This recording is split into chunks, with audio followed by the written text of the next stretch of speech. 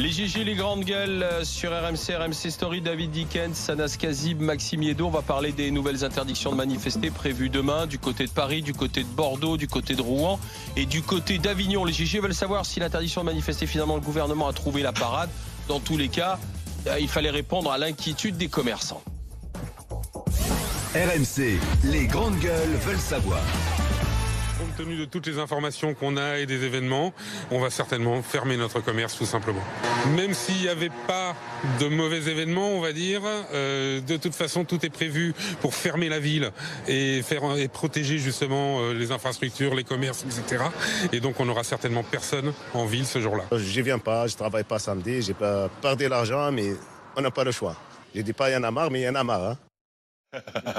Voilà, moi c'est clair, il dit pas il y en a marre, mais on a compris qu'il en avait marre. Parce qu'en fait, on a maintenant un mouvement où ce sont quelques milliers de personnes qui, tous les samedis, terrorisent les centres-villes. Alors, il n'y a pas que Paris, hein. Avignon, il y avait un appel national pour cet acte 20 à Avignon, donc le préfet a fermé, Toulouse, Rouen. Je vois à l'instant même la préfecture de Bordeaux qui publie un communiqué pour alerter sur la volonté manifeste de certains groupes violents et très déterminés de provoquer d'importants troubles à l'ordre public et des dégradations dans le centre-ville de Bordeaux qu'on a déjà connu. Les commerçants sont donc appelés à prendre des mesures de précaution particulières en retirant notamment de la voie publique tout ce qui peut faire office de projectile. Donc imaginez le commerçant de Bordeaux, non seulement c'est à lui de se protéger, mais en plus de toute manière, même s'il ne se passe rien, il n'y a personne, puisque les gens désertent tous les samedis les centres-villes de peur de se retrouver avec ces émeutiers face à face. Donc est-ce que la stratégie du gouvernement est vraiment en train de marcher? Les Gigi veulent savoir, 3216 rmc.fr. Monsieur Yanas. Attends, laisse-le. Il y a beaucoup d'infos pour lui là. Faut que je réfléchisse. Non, plus sérieusement, enfin, je sais pas, ça va rien changer du tout. Les interdictions de manifester. Déjà, il y a une déclaration sur Paris, je crois, il y a un départ de manifestation. Je crois c'est soit de Gare du Nord, soit de Châtelet qui est déjà déclaré et que les Gilets jaunes appellent. Ils appellent à cette manifestation. Donc il peut interdire les Champs-Élysées ou ce qu'il veut. Ça va pas changer grand-chose. Derrière, sur les autres villes où il n'y a pas eu de déclaration en manifestation, en préfecture depuis le début, ça va pas freiner le mouvement des Gilets jaunes de quoi que ce soit. Enfin, moi, je rappelle pour moi, la question d'interdiction des manifestations, pour moi, c'est une loi qui reste liberticide. C'est une loi qui vient de 1935 suite aux grèves et aux grandes manifestations du printemps de 1934. Donc, à un moment donné, on peut pas revendiquer le Front populaire, mai 68, etc., la Révolution française, et puis à chaque fois, dès qu'il y a quelqu'un qui a envie de se... Sur les champs, c'était mai 68 la dernière fois? Oui, donc ça veut dire on a le droit de protéger le Fouquet's. Par contre, si ça brûle un autre café plus loin, un bistrot dans le 18e, c'est pas grave. Rassure-toi, tous les commerçants de Paris font grise mine. Si c'est ça si ça veut te rassurer, et de France, hein, je veux te rassurer, il y a des gens qui ferment en ce moment leur boutique à cause de ce mouvement. Et toi, tu nous parles de 36 et de mai 68. Mais moi, je pense sois un peu décent. Je pense aussi à tous ces petits commerçants. Sois un peu décent. Non, tu y penses pas. Attention. À tous ces petits commerçants. Oui, non, mais parce qu'on parle pas des petits commerçants. Le Fouquet, ce n'est pas un petit commerçant, d'accord? Mais arrête, le Fouquet, c'était 31 millions d'euros de chiffre d'affaires, mais c'était un monstre, le Fouquet. Donc ça finançait des gens qui étaient gilets jaunes. Et alors, c'est pas un petit commerçant. Attention. Mais bien sûr que si. Fouquet, il n'y a pas d'employé qui, par exemple, pourrait porter ce gilet jaune que tu défends ardemment. Et pour être à Sud, quand tu casses le Fouquet, quand tu casses ces forêts, quand tu casses la Fnac, quand tu casses ces boutiques, t'es plus de 300 salariés. Moi, je cadrais, mais qui ont un nombre de salariés absolument incroyable. Ces gens-là sont au chômage technique. C'est quoi le chômage technique? Ce sont des gens qui eux-mêmes disent qu'ils pourraient porter un gilet jaune. Anas, pour conclure sur ce sujet, je vais te dire une chose. Moi, je te rejoins du fond du cœur, je suis sincère, je te rejoins dans l'idée selon laquelle il est inacceptable dans ce pays que quelqu'un, le 15 du mois, salarié, ne puisse pas vivre. Et on devrait être 100% à te rejoindre sur ce point-là. Il se trouve que dans ce mouvement... auquel nous adhérions tous au départ. Aujourd'hui, il y a un risque évident à l'ordre public, de trouble à l'ordre public. Il y a un risque de désordre total, de chaos. Plus qu'un risque. Il y a eu des morts, il y a eu des incendies, il y a une femme qu'on a sortie avec un gamin d'un immeuble. Alors ok, tu vas me dire, ce ne sont pas les gilets jaunes. Moi, depuis le 30 novembre, sur ce plateau ici même, le 30 novembre, j'ai dit que je pensais qu'il fallait interdire ces manifestations parce qu'elles étaient irresponsables à partir du moment où elles étaient infiltrées par ces casseurs. Avec Olivier Truchot, en 86, on a manifesté contre la réforme de Vaquet, on était étudiants. Il y avait les ultras d'Assas qui sont arrivés et qui ont commencé à tout casser. Qu'est-ce qu'on a fait ? On a quitté la manifestation parce qu'on ne voulait pas créditer cela. Pas. Voilà. Non, mais donc c'est tout.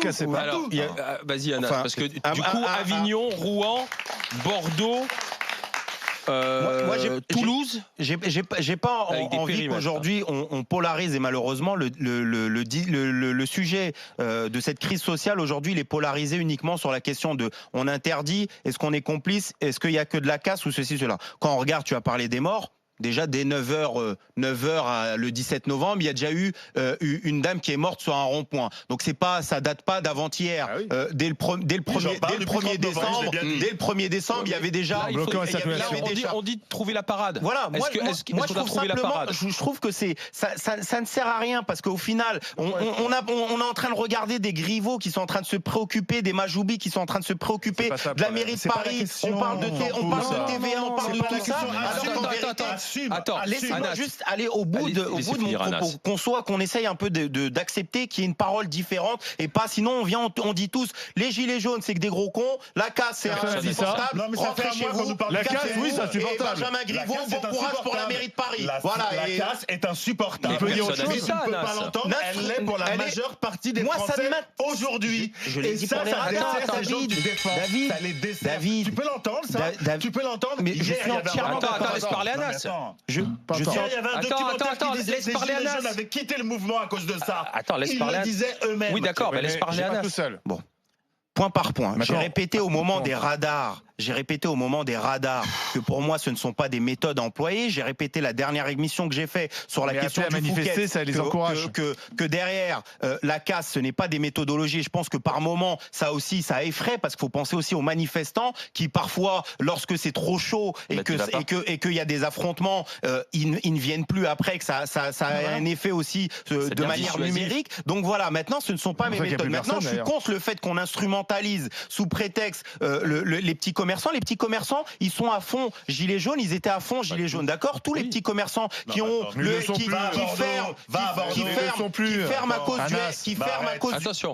ferment à cause du RSI, qui ferment à cause des charges. Là, ils ferment à cause des gilets jaunes, les commerçants. Ils ne ferment pas à cause du RSI. Mais montrez-nous factuellement. Enfin, faut arrêter ça. Alors écoutez, on va emmener. Hugo Boss a fermé. On va emmener Anas. Moi, j'ai un pote qui est salarié chez Hugo Boss. Il a travaillé dans un autre Hugo Boss quand le Hugo Boss était pété. Alors arrêtez de dire qu'il y a du chômage technique et que tout le monde est au chômage. Il y a 6,5 millions de chômeurs dans ce pays. Il n'y a personne qui se préoccupe d'eux au quotidien. Arrêtez. Et là, vous êtes en train de vous préoccuper des chômeurs du Fouquet. Tu fais un tri entre les chômeurs. Vous intéressez que dans le Fouquet. Mais les 6,5 millions de chômeurs, les gens qui vivent du RSA, qui sont en galère au quotidien, vous en avez rien à taper. Alors arrêtez 5 secondes. Le chômage, il faut casser. L'autre il est en train de se préoccuper de la mairie de Paris. Les gens ils disent on a envie de manger. Attendez, alors Anas, David, une seconde. Monsieur Maxime Liédo. Ah, la voie de l'apaisement. Non, mais j'étais sage jusqu'à présent. Mais déjà, moi j'adore Anas qui réussit à créer une hiérarchisation de chômeurs. C'est-à-dire que maintenant, un chômeur de chez Hugo Boss est finalement pas différent d'un chômeur de chez Monoprix. Alors que pas du tout. Enfin, pour moi, si tu veux, un chômeur reste un chômeur. Dans quelque enseigne qu'il soit, mais qu'importe. Il n'y a pas de chômeur à Hugo Boss. J'ai dit que les travailleurs de Hugo Boss des Champs-Élysées ont travaillé dans un autre Hugo Boss. On demande aux gens soit de poser des congés, soit d'aller travailler dans une autre enseigne. Non, mais parce que la manière d'utiliser. Mais non, mais t'as raison. C'est terrible. C'est facile. C'est facile. Non, mais est-ce facile de parler de chômage technique. T'as crié pendant 25 minutes, je t'en prie. Mais c'est surtout que on va se plaindre maintenant que des entreprises déplacent des salariés pour pas qu'ils soient au chômage. Moi, je trouve ça très bien si Hugo Boss déplace des salariés pour pas qu'ils soient au chômage. Maintenant, moi, je pense que l'État n'a pas su, en vérité, protéger et encadrer les manifestations à temps pour justement laisser ce mouvement populaire rester populaire. Maintenant, il faut savoir largement assumer que les Gilets jaunes ont créé un monstre qu'ils ne sont plus en capacité de contrôler et qu'à partir de maintenant, ceux qui se dirigent dans des manifestations sont complices, évidemment, de tous les phénomènes qui peuvent l'être. Ces interdictions, c'est une bonne chose. Ces interdictions, mais c'est pas que c'est une bonne chose, c'est que c'est la seule solution possible. Je vais te dire, il y a un coin qui est génial à Nantes, qui est une petite librairie, si tu veux, qui fait des livres d'occasion. C'est un bijou extraordinaire. Et quand tu discutes avec ces gens-là, ils t'expliquent qu'ils sont juste en face du Domac, et en face le Domac, il est le McDo. Oui, pardon, le McDo. J'étais perdu. Oui. Le Fouquet, you know, le Fouquet. Non, et c'est surtout qu'il est en face le McDo qui a été totalement vandalisé, ce qui fait que la librairie est obligée de fermer hyper régulièrement. Pour prendre un autre exemple, près de chez moi, quand je rentre le week-end, quelqu'un qui n'est pourtant pas au cœur du conflit des Gilets jaunes, mais qui est aux bordures de la mer, elle a perdu 25% depuis décembre. C'est énorme, et pourtant elle vend des huîtres. Tu vas me dire quel est le rapport, mais entre les marchés, les différentes manifestations qu'on bloqué, je veux dire, le mois de décembre, elle a vécu un enfer. Donc évidemment que c'est dramatique. Et je trouve que Anas, honnêtement, t'es plus objectif. Tu peux pas continuer à dire que on entend les revendications. Malheureusement, on n'entend plus rien. Tu vas me dire que j'ai jamais défendu le mouvement. J'ai défendu le mouvement, si tu veux, quand on entendait des paroles vraies, quand il y avait des moments de vérité, quand il y avait une mise en lumière de situations aujourd'hui qui étaient inacceptables. Toi, maintenant, malheureusement, tu mets en lumière des manifestations où il ressort plus rien. Malheureusement, les manifestations, maintenant, on fait un bilan des morts, on fait un bilan des dommages, on fait un bilan des magasins cassés, on fait un bilan des gens qui ne sont plus. Mais maintenant, il faut être honnête. Et ensuite, je finirai sur ça. Je finirai sur ça. Mais il y aurait pu en avoir. Le jour où il y en aura, Anas, il dira quoi? Mais Anas, t'es pas honnête. Anas, sincèrement, tes arguments sont idiots. Tu peux pas dire il n'y a pas eu une mort, continuons. Enfin, surtout que tu oublies, pardon, non mais surtout que tu oublies. Tu oublies de dire t'es pas honnête et tu mens quand tu dis il n'y a pas eu de problème avec les manifestants. On est obligé. T'as le droit de pas être d'accord, Maxime, mais t'as pas le droit de dire que on ment. Quand il y a des faits, non mais quand il y a des faits, tu peux pas. Non mais quand il y a des faits, tu es obligé de les regarder en face. Si toi tu peux dire qu'on se soucie que du Fouquet et des clients du Fouquet, on peut dire que tu mens. Ça peut pas être ça n'a rien à voir. Ça peut pas être comme tu veux. Non, ça n'a rien à voir. Non mais je finis quelqu'un de menteur et de quelqu'un d'être en désaccord. L'ami, il faut que tu reconnaisses qu'à partir du moment où il y a un fait qui dit qu'on est obligé de créer un fonds d'aide, on est obligé de créer un fonds d'aide pour les petits commerçants, pour les PME et les petits commerçants, que Bruno Le Maire fait le tour des entreprises. Tu peux pas dire qu'il n'y a pas eu de catastrophe. Malheureusement, ça plombe le mouvement même des petits travailleurs. Encore un mot, 20 secondes, et puis ensuite ce que je disais sur la question des morts, elle est regrettable, mais énormément. Enfin, je sais pas, les morts sont dans les gilets jaunes, d'accord, mais de dire qu'aujourd'hui on ne fait que recenser les morts comme s'il y avait la guerre chez les manifestants. C'est des scènes de guérilla, oui. Mais il y a des scènes de guérilla, je le dis depuis le début, que c'est un mouvement dans une situation pré-révolutionnaire avec des mouvements insurrectionnels. À un moment donné, je peux pas faire plus. Bien sûr, dans l'insurrection, elle se fait pas dans la soie. C'est normal que on constate qu'il y a de la casse. Enfin, je sais pas. Il y a personne qui le nie.